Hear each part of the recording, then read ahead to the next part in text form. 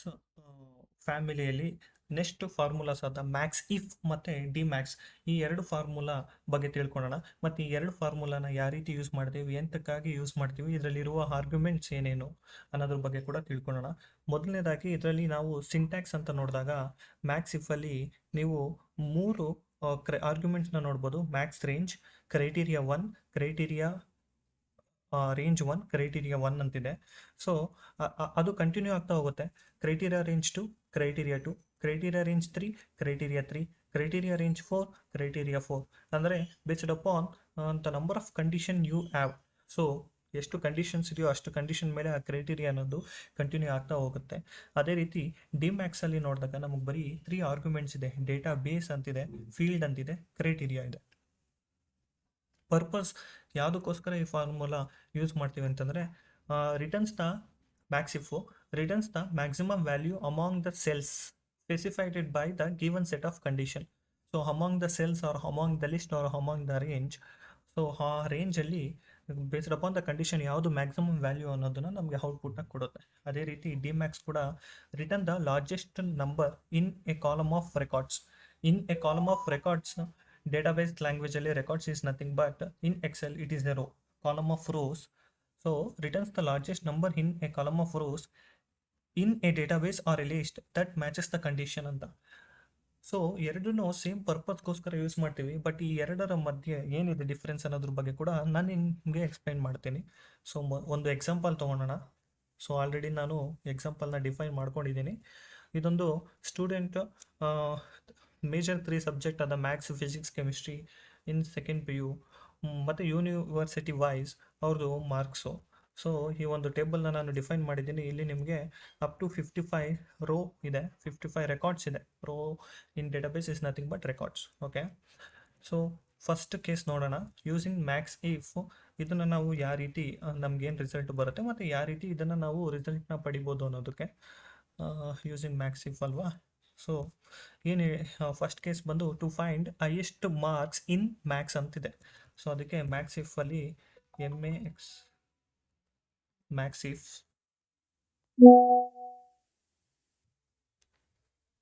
Open bracket max range. First argument is max range. Max range ಅಂದರೆ ನಮಗೆ ಏನು output ಬರಬೇಕು, ಮಾರ್ಕ್ಸ್ ಅಲ್ವಾ. ಸೊ ಅದಕ್ಕೆ ನಾನು ಮಾರ್ಕ್ಸ್ ಕಾಲಮ್ನ ಸೆಲೆಕ್ಟ್ ಮಾಡ್ಕೋತೀನಿ. ನೀವು ಹೆಡ್ಡಿಂಗ್ನ ಸೇರಿ ಕೂಡ ಸೆಲೆಕ್ಟ್ ಮಾಡ್ಕೋಬೋದು, ಇಲ್ಲಾಂದರೆ ಹೆಡ್ಡಿಂಗ್ನ ಬಿಟ್ಬಿಟ್ಟು ಕೂಡ ಸೆಲೆಕ್ಟ್ ಮಾಡ್ಕೋಬೋದು. ಹೆಡ್ಡಿಂಗ್ನ ಬಿಟ್ಬಿಟ್ಟು ಅಂದರೆ from E2 to E55 select ಮಾಡ್ಕೋತೀನಿ. ಅದಾದಮೇಲೆ ನೆಕ್ಸ್ಟ್ ಕೇಳ್ತಿರೋದು ಕ್ರೈಟೀರಿಯಾ ರೇಂಜ್. ಕ್ರೈಟೀರಿಯಾ ರೇಂಜ್ ಅಂದರೆ ಮ್ಯಾಕ್ಸ್ ಅಲ್ವಾ ನಮಗಿರೋ ಕಂಡೀಷನ್ನು. ಸೊ ಸಬ್ಜೆಕ್ಟ್ ಕಾಲಮ್ನ ನಾನು ಸೆಲೆಕ್ಟ್ ಮಾಡ್ಕೋತೀನಿ. Subject column so chemistry, so up to C55ವರೆಗೂ ಸೆಲೆಕ್ಟ್ ಮಾಡಿಕೊಂಡು ಅದಾದಮೇಲೆ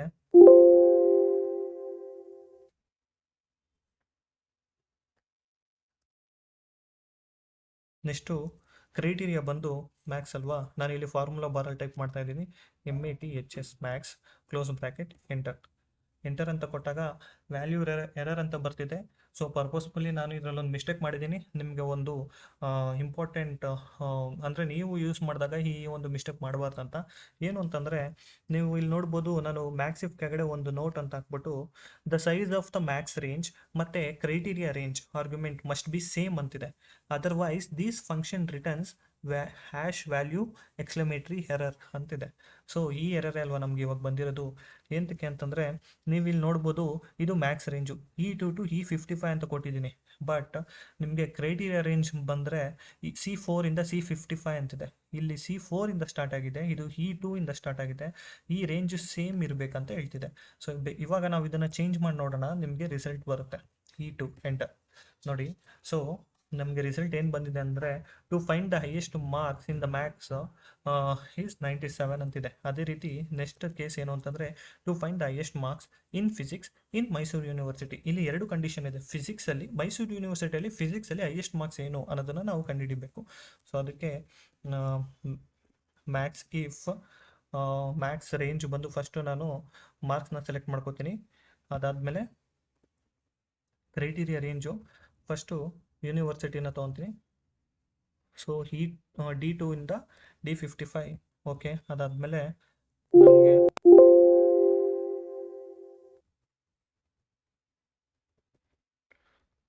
ಸೊ ಮೈಸೂರು ಯೂನಿವರ್ಸಿಟಿ ಅಲ್ವಾ, ಮೈಸೂರು ಅಂತ ಟೈಪ್ ಮಾಡಿಬಿಟ್ಟು second criteria second criteria range ಕೊಡಬೇಕು ಇನ್ ಫಿಸಿಕ್ಸ್ ಸಬ್ಜೆಕ್ಟ್ ಅಲ್ವಾ.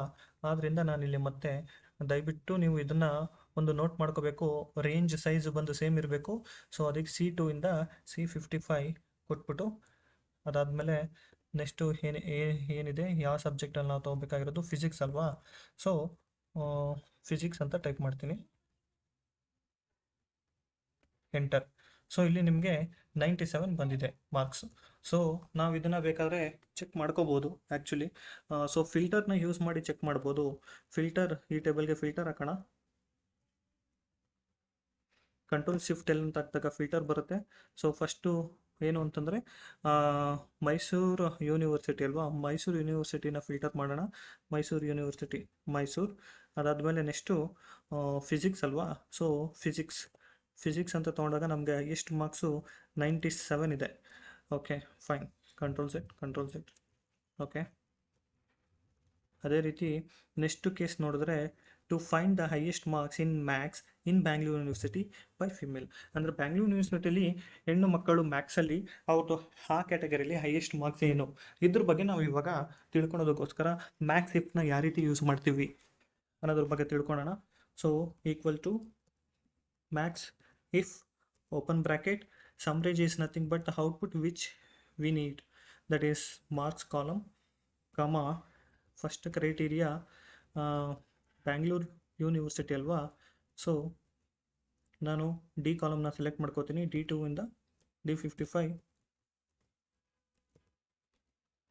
ಬ್ಯಾಂಗ್ಳೂರು, ನೆಕ್ಸ್ಟು ಮ್ಯಾಕ್ಸ್ ಸಬ್ಜೆಕ್ಟ್ ಅಲ್ವಾ. Next criteria range, that is criteria range 2. So subject ಕಾಲಮ್ನ ಸೆಲೆಕ್ಟ್ ಮಾಡಿಕೊಂಡು ಮತ್ತು ಮ್ಯಾಕ್ಸ್ ಅಂತ ಟೈಪ್ ಮಾಡ್ತೀನಿ, MO ಕ್ಯಾಪ್ಸು THS. ಅದಾದಮೇಲೆ ನೆಕ್ಸ್ಟ್ ಬಂದು ಫೀಮೇಲ್ ಕ್ಯಾಟಗರಿ ಅಲ್ವಾ. ಸೊ ಆದ್ದರಿಂದ ಈ ಕಾಲಮ್ನ ಸೆಲೆಕ್ಟ್ ಮಾಡಿಕೊಂಡು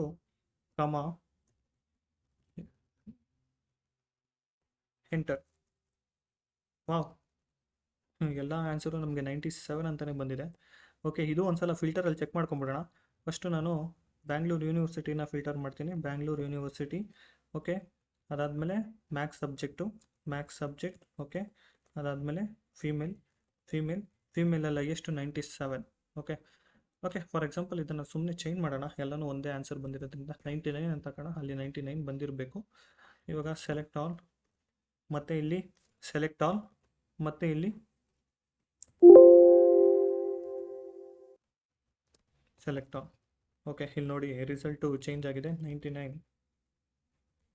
ಓಕೆ, ಸೊ ಈ ರೀತಿ ನಾವು ಮ್ಯಾಕ್ಸ್-ಇಫ್ ಫಾರ್ಮುಲಾನ ಯೂಸ್ ಮಾಡಿ ಮಲ್ಟಿಪಲ್ ಕಂಡೀಷನ್ಸ್ನ ಡಿಫೈನ್ ಮಾಡಿ ಸೊ ಮ್ಯಾಕ್ಸಿಮಮ್ ವ್ಯಾಲ್ಯೂನ ನಾವು ರಿಟ್ರೀವ್ ಮಾಡ್ತೀವಿ. ಸೊ ಸೇಮ್ ಸಿನಾರಿಯೋಸ್ ಅಂದರೆ ಇಲ್ಲಿ ಕೇಸ್ 1 ಒಂದು ಕಂಡೀಷನ್ ಇದೆ, ಇಲ್ಲಿ 2 ಕಂಡೀಷನ್ ಇದೆ, ಇಲ್ಲಿ 3 ಕಂಡೀಷನ್ ಇದೆ. ಸೊ ಈ ಕೇಸಸ್ನ ನಾವು ಡಿ-ಮ್ಯಾಕ್ಸ್ ಫಾರ್ಮುಲಾನ ಯೂಸ್ ಮಾಡಿ ಯಾವ ರೀತಿ ರಿಸಲ್ಟ್ ಪಡಿತೀವಿ ಅನ್ನೋದ್ರ ಬಗ್ಗೆ ನೆಕ್ಸ್ಟ್ ವಿಡಿಯೋದಲ್ಲಿ ನೋಡೋಣ. ದಯವಿಟ್ಟು ಸಬ್ಸ್ಕ್ರೈಬ್ ಮಾಡಿ, ಲೈಕ್ ಮಾಡಿ, ಮತ್ತು ಏನೇ ಡೌಟ್ ಇದ್ರೂ ಕಮೆಂಟ್ ಸೆಕ್ಷನಲ್ಲಿ ಮೆನ್ಷನ್ ಮಾಡಿ.